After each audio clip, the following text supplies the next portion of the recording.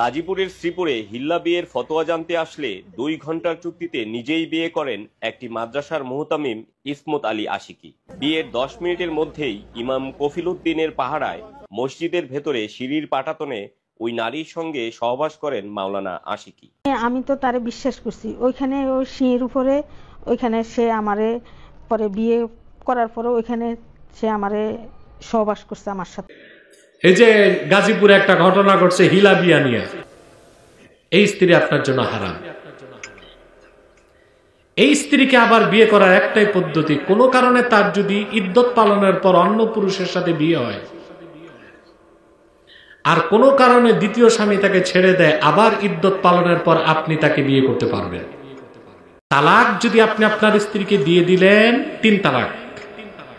আবার অনেকে বলে একসাথে 3 তালাক দিলে 3 তালাক হবে না, অবশ্যই হবে, তবে সুন্নত তরিকায় হবে না, বেদাত তরিকায় হবে। নিয়ম হচ্ছে 3 মাসে 3 তালাক, প্রতি ঋতুর পর একটা, পবিত্র হওয়ার পর একটা, তো 3 মাস কমসে কম লাগবে না?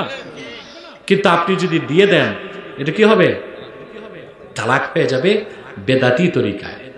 আমার কাছে শত শত ফতুয়া যায় বছরে, বাঙালি আবেগে কি না করে আমার সব জানা আছে। একটা যে এক লোক করছে কি, আদর করে বউ করে বলে ফেলছে তুমি আমার মা। ফতোয়া হচ্ছে বউ তালাক হয় নাই, গুনাহ হয়েছে। আবার স্ত্রী এমন থেরাপি দিছে জামাই, হাত জোর করে তুমি আমার বাপ লাগো, এটাও তালাক হয় নাই, গুনাহ হয়েছে। কি হয়েছে? আবার এক বেকুফ রাগের মাথায় বউকে বলছে তুই তালাক, তোর মায়ের তালাক, তোর নানিও তালাক। চিন্তা করছে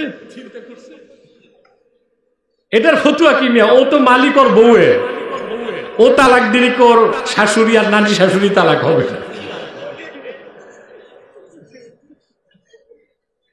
রাগের মাথায় অনেকে বউকে 3 তালাক দেয় না, এক শ্বাসে 300 তালাক দেয়। তারপরে কপাল পিটায় আর বলে করলাম কি, তারপর মুফতিদের কাছে দৌড়ায়। সমাজে কিছু মুফতি আছে আবার বকরি খাসি খাইয়া ফতুয়া একটা দিয়া দেয়। কোন এক মৌলবী নাকি বলছে যে না, একবার তালাক দিলে আর বিয়ের সুযোগ নাই। সে ভুল বলছে, সে ভুল বলছে। তালাকের মাসালা জটিল, এগুলো পড়াশোনা করে ফতুয়া দিতে হয়। এখন তো সহজ হয়ে গেছে, 100 প্রশ্ন দিতেছে। আলহামদুলিল্লাহ, আল্লাহর হাবিব মুহাম্মদ সাল্লাল্লাহু আলাইহি সাল্লামের জুতা মোবারকের সদকায় প্রকাশ্যে জনসম্মুখে সরাসরি প্রশ্নের উত্তর, এই ধারাটা আল্লাহ আমার মাধ্যমে শুরু করছে। এখন কিছু মৌলবী সাহেব শত শত প্রশ্ন উত্তর দিচ্ছে। উত্তর দেওয়া তো সহজ, পড়ালেখা লাগে না। হা না, হুম হাম, জায়েজ না জায়েজ। তো এইরকম মিয়া 10,000 প্রশ্নের উত্তর দিলে সমস্যা আছে? কথা বলে না, দলিল নাই, প্রশ্ন আসলে উত্তর দিতেছে কি সব জায়েজ না জায়েজ, হ্যাঁ না, হুম হাম। হ্যাঁ, তো এখন আপনার প্রশ্ন আসছে যে তালাক দিয়ে দিছে, এখন কি করতে হবে? তালাক যদি আপনি আপনার স্ত্রীকে দিয়ে দিলেন 3 তালাক। আবার অনেকে বলে একসাথে 3 তালাক দিলে 3 তালাক হবে না, অবশ্যই হবে, তবে সুন্নত তরিকায় হবে না, বেদাত তরিকায় হবে।